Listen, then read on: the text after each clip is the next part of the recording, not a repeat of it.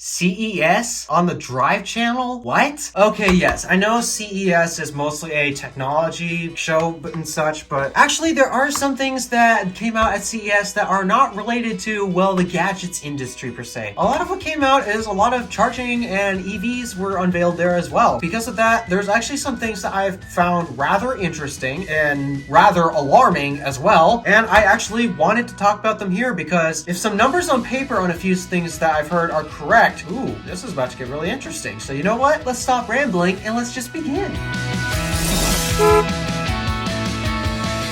Alright, so first up, I want to talk about charging because this is what the EV industry really needs right now. Yes, I made a ton of videos talking about how bad charging is right now, and I'm pretty much not going to stop until it gets better because EV drivers deserve better. And right now, Electrify America, EV Go, you're not doing a good job with that. So, we've got a few other competitors that are releasing products. There's one in particular that I wanted to talk about. I mean, yeah, there's other charging companies that have birthed and wanted to showcase their products, but there's one out there that a lot of people are excited about, and yet I'm actually a little concerned if I'm being honest. So let's actually talk about that. Autel. If you don't know who Autel is or what they work with, they are actually primarily found in the vehicle diagnostics industry. We're getting information, data from computers and such. They're primarily found in getting vehicle diagnostics. That's what they specialize in mostly. But in case you didn't know this, Autel also makes an EVSE for home charging. 4 different versions of it actually. They have a very diverse set of EVSE options. And so at CES, they've actually decided to unveil a whole massive lineup of new charging hardware, which on the surface looks kind of exciting, though I have a lot of concerns that I want to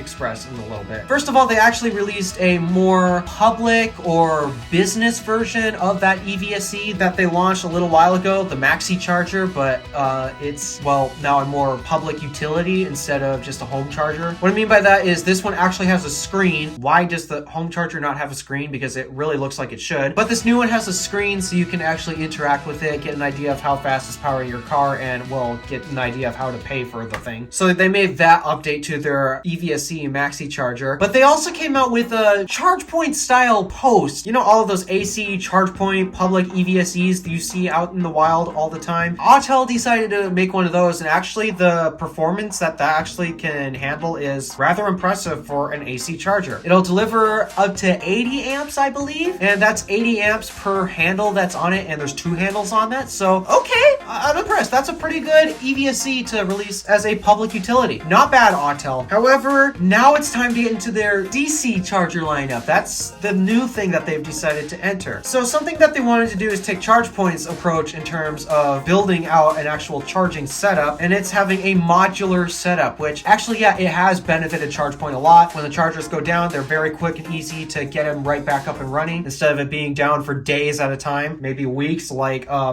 don't know, Electrify America, EV Go, if I were to point fingers at somebody.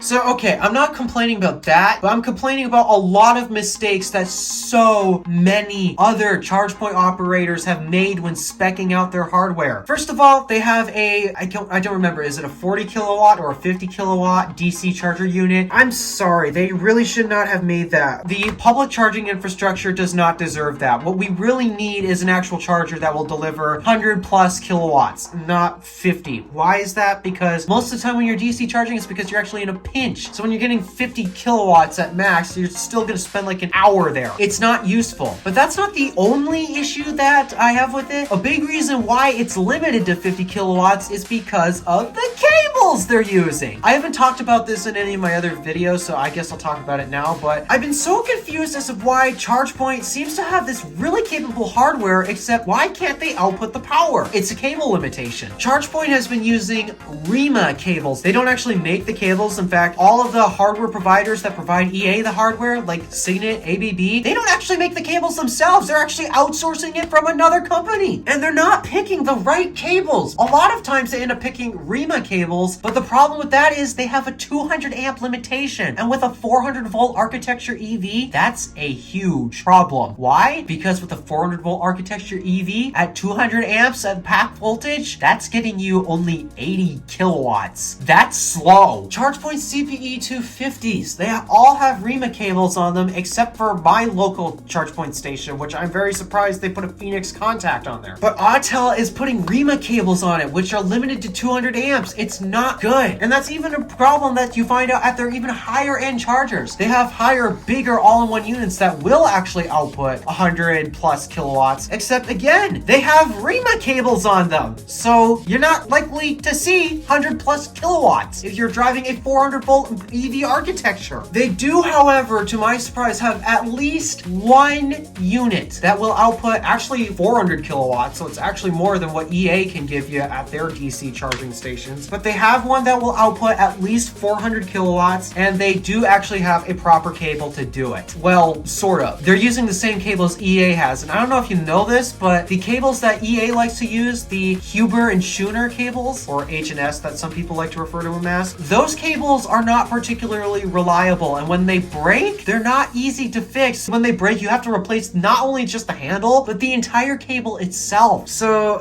yeah, they're using Huber and Schooner. And while I do have to say, all of the different CCS handle designs out there, because, oh boy, when you're trying to accommodate a big, bulky, ugly design like CCS, it's kind of hard to make it look good. And while Huber and Schooner actually did make the best looking CCS port out there, yeah, it's not necessarily the one I would choose if I were a charge point operator trying to spec out hardware. And the reason for that is because they break and they're expensive to replace. Looks good, but wow, they definitely preferred form over function on that one. So yeah, Autel is not really impressing me on some of the hardware that they've released, including their 50 kilowatt unit, which honestly should not exist, and then all of the different REMA cables except on their high powered option. And another thing that I really wish they'd all include, you know, all of these new charging hardware companies that have decided to start up and make charging hardware all of a sudden, where's the NACS connector? Over 50% of the EVs out there use NACS, and yet you're not designing any chargers to support them? Okay, to be fair, the vehicles that actually use the NACS connector already have an amazing charging network, aka the supercharger network. Fair enough, every EV that has the NACS connector already has a spectacular charging network, while everyone else using CCS needs a better network. Though, I'm sorry, I'm just looking at all of the new hardware that they announced, and for the CCS network, it's not looking any better than it currently already is out there. So, well, a lot of people have a lot of respect for Autel, including all of the different EV manufacturers, due to the fact that Autel has specialized in vehicle diagnostics and they've had great partnerships for a long time. Yeah, I would expect that Autel would have the same issues that basically EVgo and Electrify America currently have, because they're doing, at least to my knowledge, absolutely nothing different from those two. All right, so that's the charging aspect, but there's actually one more thing that I wanted to talk about. Well, there's two products that actually are the same product, but they're just two different iterations of it. I'm referring to the Volvo EX90 and the Polestar 3, two EV SUVs that were just announced at CES. I have to admit, they're rather impressive. But one thing about those two EVs is actually kind of interesting: the charging. Now, the variant that they did bring in to actually show off is actually a European spec. This is both for the EX90 and the Polestar 3. So because they were both European specs, of course they had CCS2, though CCS2 isn't actually that bad. It's at least Karen proof, unlike CCS1. But yeah, so it had the CCS port. However, because of that, and due to some numbers that those SUVs are advertising in terms of charging speeds, I'm actually not sure about what connector the US version of the EX90 and Polestar 3 are going to actually have. Why is that? Because they're both 400 volt architecture EVs. They're actually basically the same car, just badged differently, and well,